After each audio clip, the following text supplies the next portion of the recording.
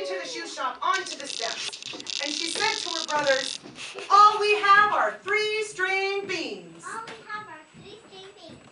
Elmer and Helmer followed her, threw their hands up in the air and said, "3-string beans?" 3-string beans. "That's right," said Polly. That's right. "You'll eat them and you'll like them." Had only enough leather left to make one more pair of shoes. That night, before they went to bed, the shoemakers walked over to their workbench, and they set their leather out because they were going to work through the night. But just as they were about to start, Polly said, "Time for bed." "Aww, Aww. can't we make just one pair of shoes?" Can't we get this one pair of shoes? "It'll have to wait till morning," said Polly. Let's wait till morning. "Go to sleep now." Where's this at? They look very well made. They look very well made. The best I've ever seen. The best I've ever seen. "Well," said Polly, "let's get them right in the window. Well, let's get them right in the window. We need to sell these shoes." So, good work, Polly. So Polly put the shoes in the window, and they sat inside the shoemaker shop, tapping their feet, just waiting for the people of the town to wake up. And it wasn't long before a group of ladies of the town came walking down the path. Very carefully, Polly put the shoes in front of her. Lady Sega slipped her feet into the shoes.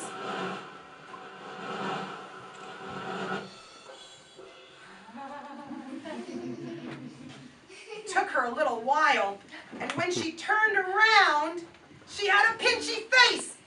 She started to walk in them, and she said, "Out! Out!" Back on.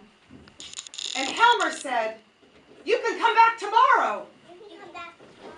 We'll make you another pair. We'll make you another pair. A pair just for you." A pair just for you. Lady Makier and Lady Seika said, Lady Myra said, "Very well. Very well. I'll be back tomorrow to pick it up."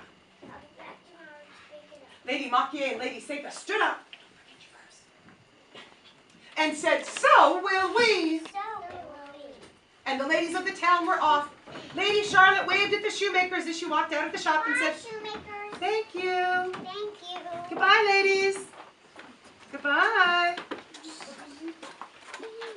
Right away, Polly said, "What are we going to do? What are we going to do? We don't have any more We leather." don't have any more leather. And the shoemakers pushed their hats back a little bit, and both said, "We can go to the leather seller. We can go to the leather.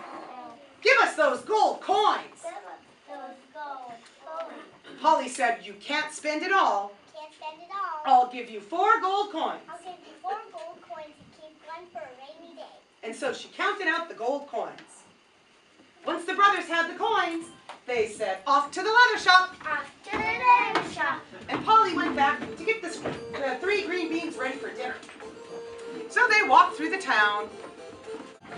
And she said, "Oh, good. Oh, good. Just in time for supper. Aw," said the shoemakers. Aww. "We want to make shoes." We want to make shoes. "There's no time," said Polly. There's no time. "Put the leather on the workbench. Put the leather on the workbench. Take your green beans. Take your beans. And come on, it's time for bed." Come on, time for bed. Yeah, that was quick. So they climbed into their beds made of straw. And they laid their heads down, and soon they were snoring away. And it wasn't long before they pulled their hats back for morning time. Oh. Again, Polly was the first to see them. And she ran in and she said, "Elmer, Helmer, quick!" Elmer, quick. And Elmer and Helmer looked at those shoes and they said, "Exceptional." The only problem was, these weren't a pair of ladies' shoes. These were a pair of gentlemen's shoes.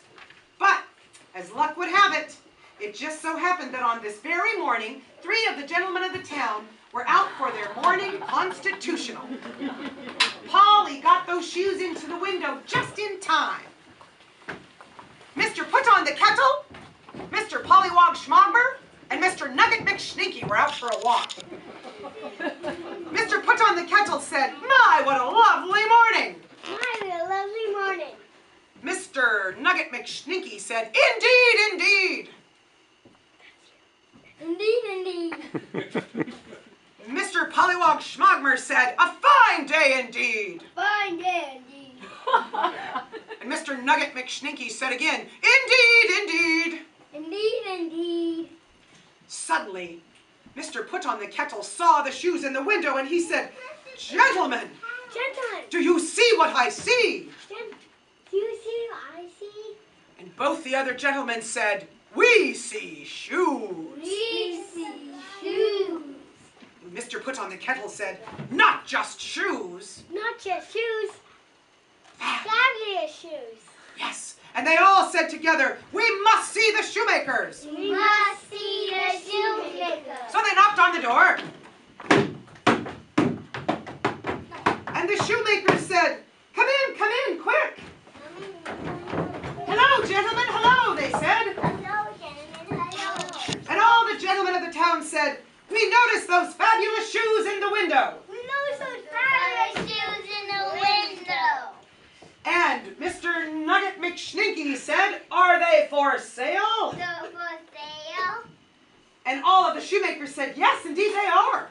Yes, indeed they are. All of the gentlemen said, "We'd like to try them on." We'd like to try them on. So the Shoemakers brought the shoes to the gentlemen of the town. Polly went over carefully and picked them up.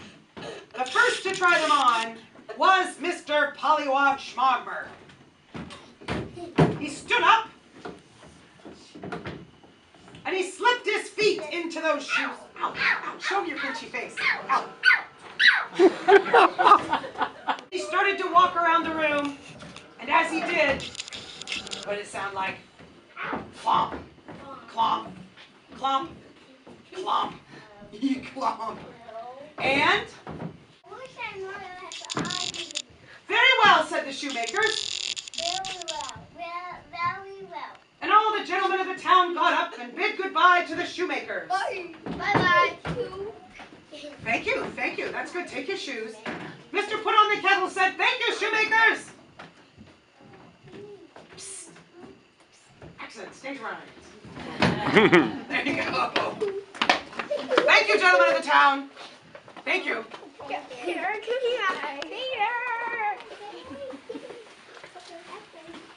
Well, right away the Shoemaker said, "We need more leather." And Polly said, "Do you know what? We're going to stay up tonight and see how these shoes are getting made." So she gave her brothers 5 gold coins to go to the leather shop. She said, "Be back in time for supper." And away she went to get their supper ready. They traveled through the town. "I've made some tiny scarves as presents for our magic workers." I made tiny scarves as presents for our magic workers. "Okay," said the Shoemakers. Oh, okay. "Let's put the leather on the workbench." So they laid out the leather and all of the beautiful handmade scarves. And Polly said, "Remember, we're going to stay up tonight." We're going to stay up tonight. So they snuck into their beds and they pulled the covers over their heads, but they peeked out from underneath to see who it was that was sneaking into the workshop. And just like the night before, the cuckoo clock rang 1. Cuckoo. The cuckoo clock rang 2. Cuckoo, cuckoo. Cuckoo clock rang 3. Cuckoo, cuckoo, cuckoo. And the magic door opened. The elves and the fairies snuck out.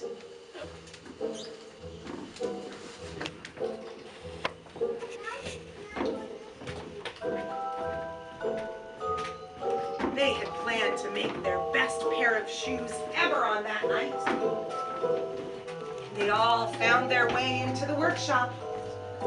And they went down 1, 2, up 1, 2, down 1, 2, 3. But when they got to the workbench, something was different. All of the elves and fairies said, "Look!" Look.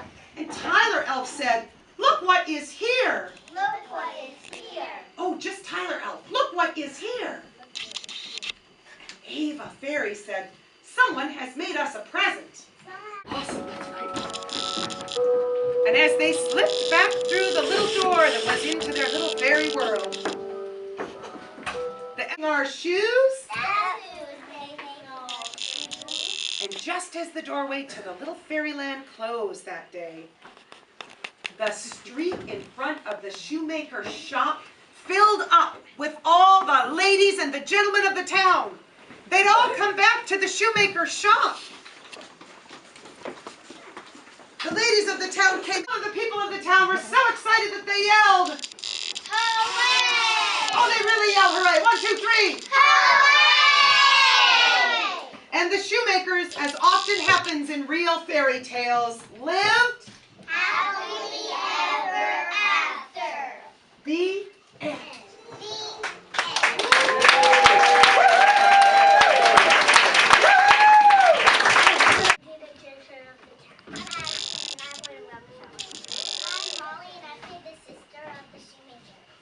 I'm Nathan, and I do the shoemaker. I'm coming to make it. Yay! And a special big thanks, don't forget Asha, who's backstage helping out the whole time. Asha! And Sophia up in the booth. In the booth. Woo! And you know, we love it if you have either compliments or questions for the actors. So maybe if Sophia just brings those house lights up a little bit, we can see if hands are raised. And when we're done